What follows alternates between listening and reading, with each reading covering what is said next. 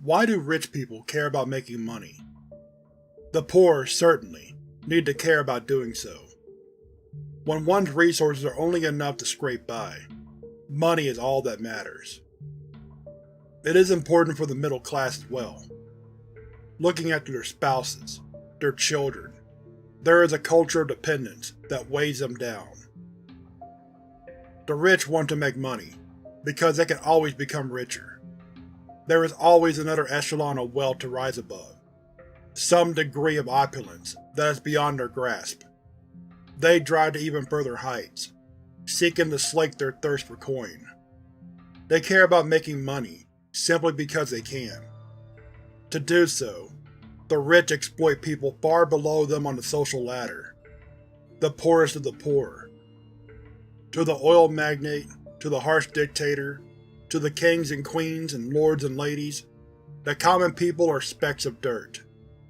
To Marshall, Carter, and Dark, the rich are unto ants. People, regardless of social standing, are all the same. The poor may spend their savings on worthless, yet treasured trinkets sold by the middle class. The salaryman may splurge on a pretty ring for his wife, the profits of which go into the pockets of a wealthy mining boss. In the same way, the gullible rich will burn millions of dollars on a single impossible object. Everyone is willing to waste their precious, precious money on something out of the ordinary. But value is artificial. The poor spend their pennies on mass-produced china, convinced that it has some worth to it. The rich convince the middle class that diamonds are rare and valuable, despite the stones being retrieved in Africa by the billion.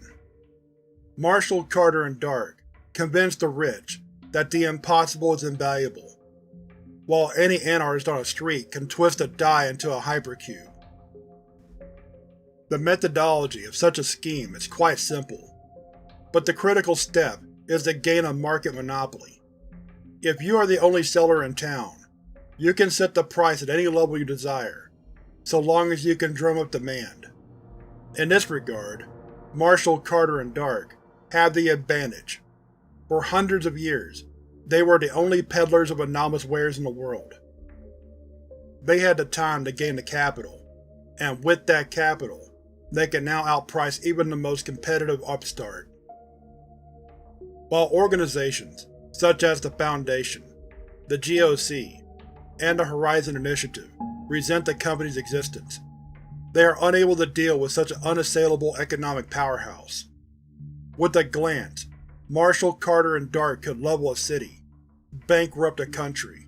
With a single call, they could plunge the planet into a thermonuclear war.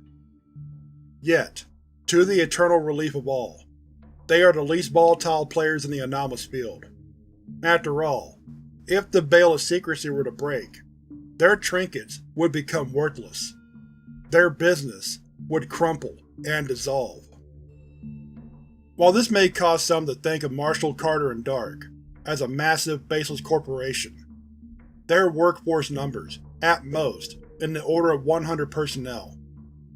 Their operations are directed and streamlined, maximizing efficiency and minimizing cost. Further manpower, if necessary, is outsourced from other organizations. Those in the highest positions of power are perhaps the most mysterious. Wild stories abound on the subject. Depending on the source, they may be ghosts or demons, old men sending messages from beyond the grave, faceless monsters from another world, or even shape-shifting lizardmen.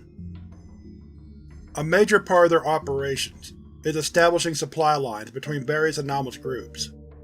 Marshall, Carter, and Dark purchase directly from groups such as Dr. Wondertainment and The Factory, reselling their goods at exorbitant markups.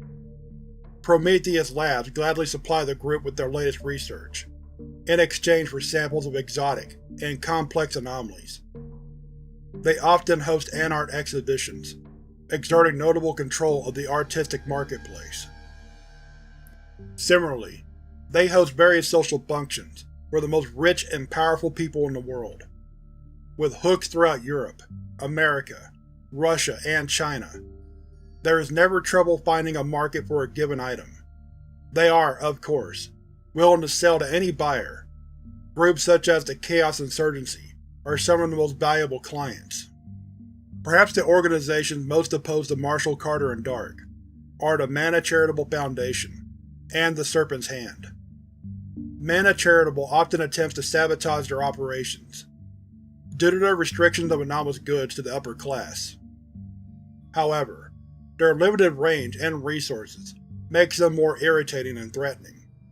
The Serpent's Hand, meanwhile, are directly and openly antagonistic, caring neither for the veil of secrecy or the company's continuing practice of anomalous human trafficking, and impossible to economically intimidate.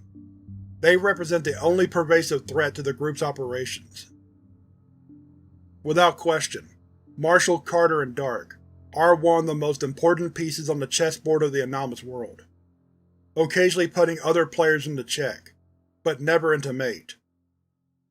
For Marshall, Carter, and Dark, the planet is an intricate network they have secured safely behind their thumb, where winning and losing are meaningless terms. There is no need to move pieces when you can move the board. When you can end the match at any time, there's only one reason to continue. It's all about playing the game.